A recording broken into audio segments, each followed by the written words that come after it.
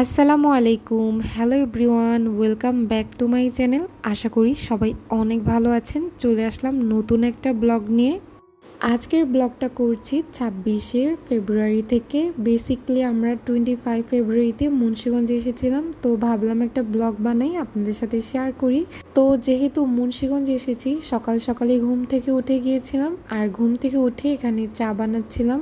আর আমার গলার কণ্ঠ শুনে অনেকেই হয়তো বুঝতে পারছেন আমার অনেকটা ঠান্ডা লেগেছে। এই ভয়েস নিয়ে আমি ভয়েস ওভার দিচ্ছি, তো কিছু মনে করবেন না।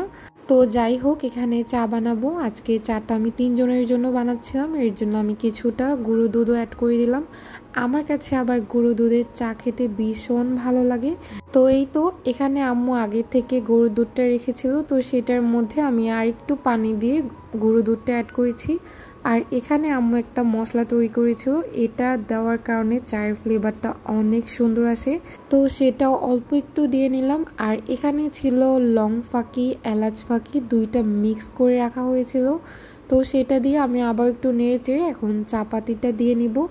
আমি আবার চায়ের মধ্যে লিকারটা একটু কমই পছন্দ করি, তো যেহেতু সবার জন্য বানাচ্ছিলাম, সবার পছন্দ অনুযায়ী বানাচ্ছিলাম, আজকে একটু লিকারের পরিমাণটা বেশি দিয়েছি।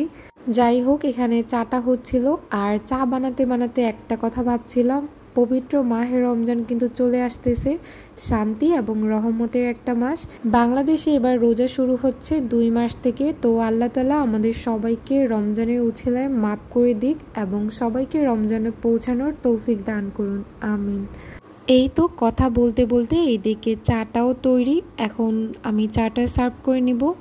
আমার কাছে আবার সকালবেলা 1 কাপ চা খেতে অনেক ভালো লাগে, এর জন্য প্রতিদিন সকালে উঠেই সবার আগে চাটা ম্যান্ডেটরি। যদিও এটা শরীরের জন্য অত একটা ভালো না, তাও আমি একটুখানি ট্রাই করে থাকি চাটা খাওয়ার। চা খেলে মনে হয় সারাদিন শরীরটা ভালো থাকে। চাটা নিয়ে একদম ব্যালকনিতে চলে এসেছি, এখন চা খাবো এবং চারিদিকের পরিবেশটা উপভোগ করব। আর আজকের সকালের নাস্তায় ছিল পরোটা, ভাজি, মিষ্টি আর ডিম ভাজি। আমি যেহেতু পরোটার সাথে ডিম ভাজিটা অত পছন্দ করি না, আমার আবার ভাজি হলে পুরো পরোটা খেয়ে নিতে পারি। তো এই তো সকালে পরোটা ভাজি দিয়ে নাস্তা করে নিচ্ছিলাম। আর এই পরোটা ভাজিটা বাহিরের একটা দোকান থেকে কিনে আনা হয়েছিল। মুন্সিগঞ্জে এই পরোটা ভাজিটা আমার কাছে দারুণ লাগে। আমার অন্য ব্লগে আপনারা দেখেছেন কিনা জানি না, আমি মুন্সিগঞ্জ আসলে এই পরোটা ভাজিটা মাস্ট খেয়ে থাকি, আমার কাছে ভীষণ ভালো লাগে। আর এখানে ভাজিটার মধ্যে ওরা আলাদাভাবে একটা মশলা ইউজ করে, এটাকে মেবি 5 ফোড়ন বলা হয়, তো এটার কারণে এই ভাজিটা অনেক ভালো লাগে খেতে।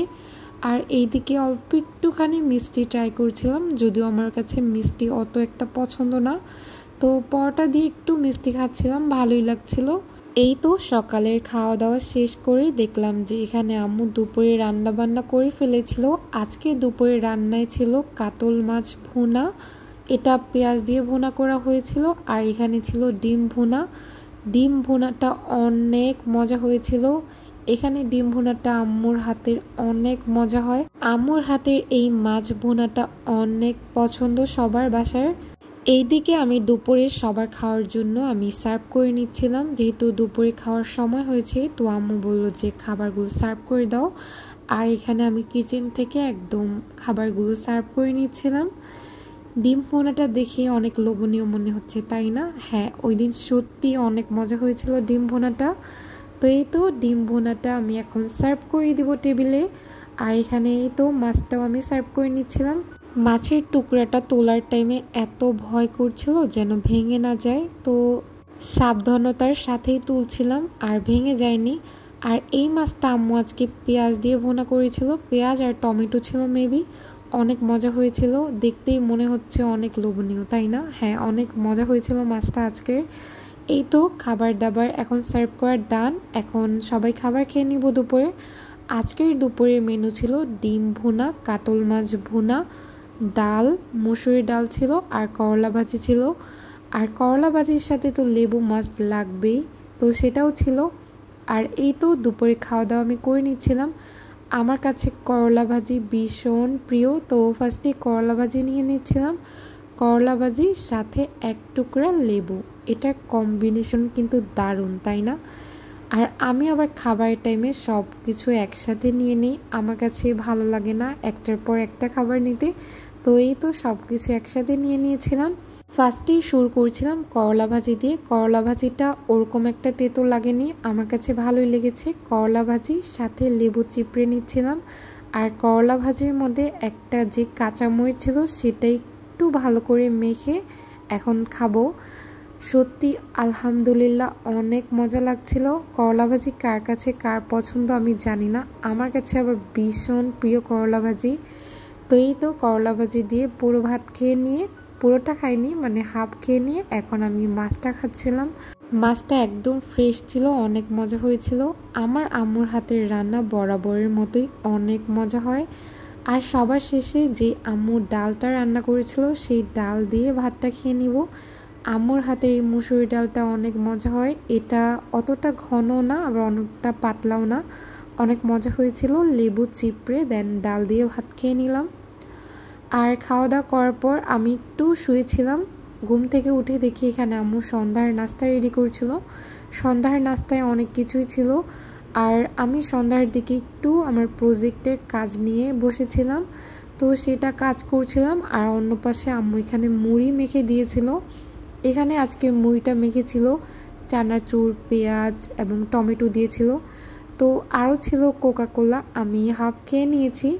তো যাই হোক, আমি কাজ করছিলাম আর এখানে খাবারও খাচ্ছিলাম। মুড়ি মাখাটা অনেক মজা হয়েছিল।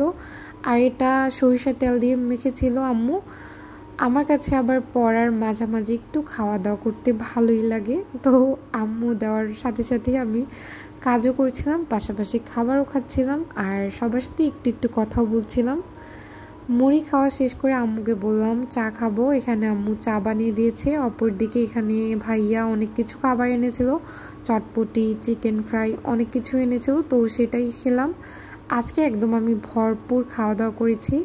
আর এখানে চিকেন ফ্রাইটাও খেয়ে নিলাম। চিকেন ফ্রাইটা অনেক ক্রিস্প ছিল আর অনেক মজা ছিল, ভালোই লেগেছে আমার কাছে। এই তো খাওয়া দাওয়া শেষ করে দেখলাম যে এখানে রাতের ডিনারের জন্য ছিল চিংড়ি মাছ ভুনা, মুরগির কোরমা ছিল মানে সাদা করি করা হয়েছিল, আর সাথে ছিল ডাল। এই ডালটা আমাদের বাসায় থাকবেই। তো এই তো রমজানের আগে এটাই ছিল আমার ব্লগ। তো আজকের ব্লগটা আপনাদের কাছে কেমন লেগেছে অবশ্যই কমেন্ট করে জানাবেন। আর যেহেতু রমজান মাস চলে আসতেছে, সবাই সবার জন্য দোয়া করবেন, আমার জন্য দোয়া করবেন। তো আজকের মতো এখানেই শেষ করছি। আল্লাহ হাফিজ।